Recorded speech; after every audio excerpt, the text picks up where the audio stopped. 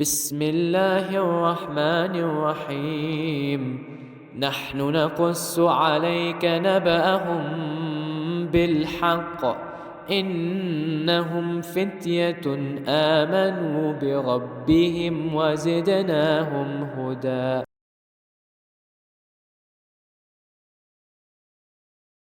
Welcome, Sajjad. Today we're examining logical arguments for the existence of God. No scriptures, just reasoning. However, even if we end with some verses from the Quran or the Hadith of our infallibles, peace be upon them, it will be to highlight that our beliefs, as presented in our Islamic texts, are in harmony with logic and not in contradiction to it. Are you ready to think through these ideas? Absolutely, Sayyidina. I'm curious to hear logical reasons for believing in God. Where do we start? Let's start with something very basic: cause and effect. Have you ever wondered how anything exists at all instead of nothing? Everything that begins to exist from nothing has a cause or explanation. It's like when a magician pulls a rabbit out of an empty hat. We know it didn't really come from nowhere, right? We instinctively look for a cause when something new appears. It's a basic rule. Nothing leads to nothing. Right.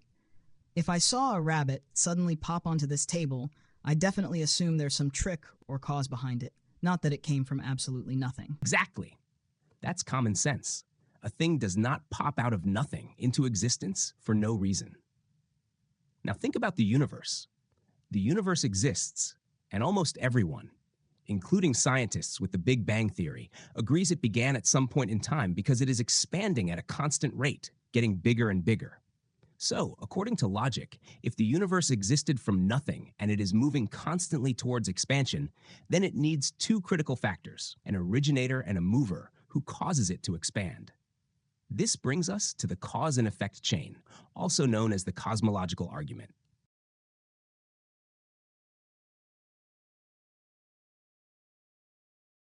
The cosmological argument is that the idea that everything has a cause, so the universe's cause must be God.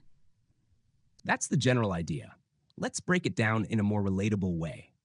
Imagine a long line of dominoes falling. Each domino knocks over the next one. If you saw a video of dominoes falling one by one, you'd ask, who pushed the first domino? Each domino's fall was caused by the one before it. If there were no first push, the chain would never start. So you're saying the universe is like a chain of domino causes? Exactly. Or think of a train with many coach carriages linked together. Each carriage is pulled by the one in front of it. If you're watching a train go by, you know the carriages can't move by themselves. There must be an engine at the front pulling them, providing the strength and power to move forward.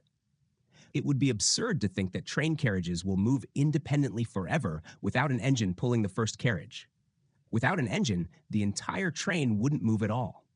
In the same way, a chain of causes can't stretch back infinitely without a beginning. There must be a first cause that set everything else into motion. Without a first cause, the universe would be like a train with no engine.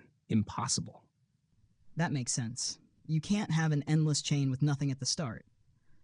Something had to bring it into motion. Right. Ultimately, we reason that there is an uncaused cause, a starting point that wasn't itself caused by anything before. This first cause would be outside the chain of existing effects in the universe, because an effect can never be the cause of its first cause, nor can it control its first cause.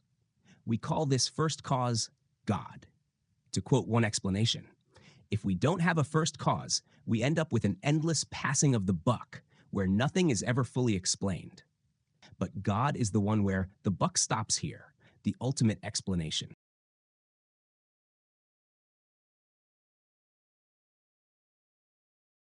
But wait, if everything needs a cause, then who caused God? Great question. The principle is everything that begins to exist has a cause. God, by definition, didn't begin. God is eternal. Think of it this way. The first cause is a different kind of existence that doesn't depend on anything else. If God is the first cause, he doesn't need a cause. It's like the difference between all the borrowed light from moons and the original light of the sun. Since God is necessary and self-existent, the chain stops there by definition. That might sound a bit abstract, but in simple words, God is uncaused.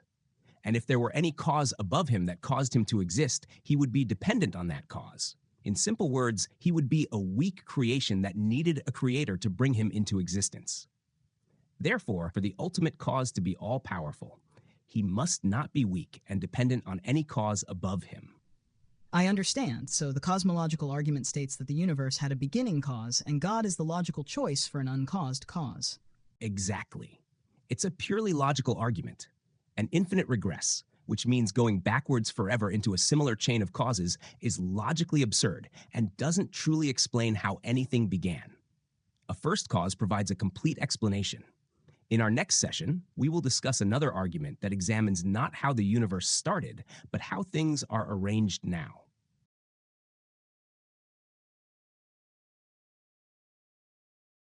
Looking ahead, Sayyidna, but before you depart, I have a question. Is there any conflict between logic and Shia Islamic ideology? With all due respect to other Islamic sects and religions, I notice there are beliefs that seem to contradict basic and pure logic. That may be true for other faith groups that consider some kind of physical form of God.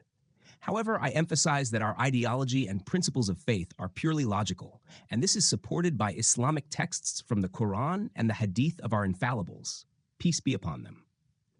I can share with you some of the verses from the Quran that reflect this logical argument. If you reflect upon Surah Al-Tur 52 verse 35 to 36, it presents two possibilities for their existence. 1.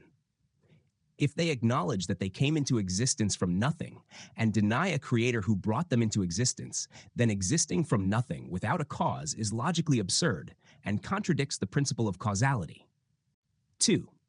On the other hand, if humans are the creators who made themselves and others, then that ability to create should endure. Why couldn't a single human, since they exist, create a tiny creation, such as a real fly with a soul? The Quran has challenged them for centuries. Surah Al-Hajj 22:73. Interesting. You reminded me of a disease caused by a fly. I studied it in my science class.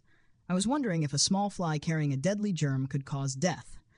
Like how sleeping sickness is caused by parasites primarily transmitted to humans through the bite of infected tsetse flies.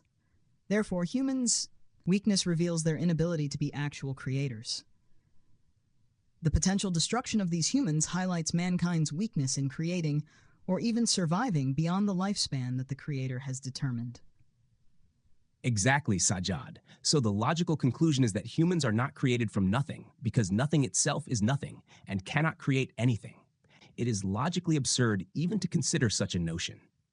Neither did they come into existence without an all-powerful creator, because they are weak. Therefore, they need someone eternal, uncreated, omnipotent, and all-powerful, capable of bringing them into existence and maintaining their existence for the period determined by him, by providing the necessary resources. Furthermore, they do not have the capacity to be creators due to their weakness. When I recite Surah Yasin frequently, I notice some verses suggest that God is the source of all creation. Could you help me reflect on some of these verses? Sure. Sajjad, reflect on the verses that say, "Is not he who created the heavens and the earth able to create the like of them? Yes, indeed. He is the all-creator, the all-knowing." So, the one who created the universe initially can recreate it multiple times and produce similar ones. It's like the maker of a unique, handcrafted, delicate table who can make similar tables, and if it breaks, he can fix it and restore it to its original condition.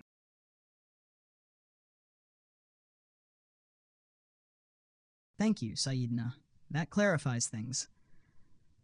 Before I leave, could you kindly provide me with a narration from our books that reflects this logical concept that demonstrates the existence of God? Sure. Take, for example, the hadith attributed to Imam Hassan al-Askari, peace be upon him, on Tawheed or the divine unity. Allah is one and unique. He does not beget nor was he begotten, and there is none comparable to him. He is the creator and is not created. He creates, blessed and exalted is he, whatever he wills, whether bodies or otherwise, yet he is not a body. He forms whatever he wills, yet he is not a form. There is no resemblance to him, nor is there anything like him. In the first sermon of Najul Balagha, Imam Ali, peace be upon him, said, "He initiated creation to its utmost capacity, initiating it from nothing, without reflection, prior experience, or movement from him. Through his might, he brought forth creation." So he affirms that everything which begins to exist has an unconditioned cause. The existence of the universe indicates a necessary first cause. He is the uncaused first cause who created everything from nothing, without anything preceding it or any prior experience. He brought creation into existence from nothing. Thank you, Sayyidina. وصلى الله على محمد وآله الطاهرين وسلم تسليما كثيرا وحسبنا الله ونعم الوكيل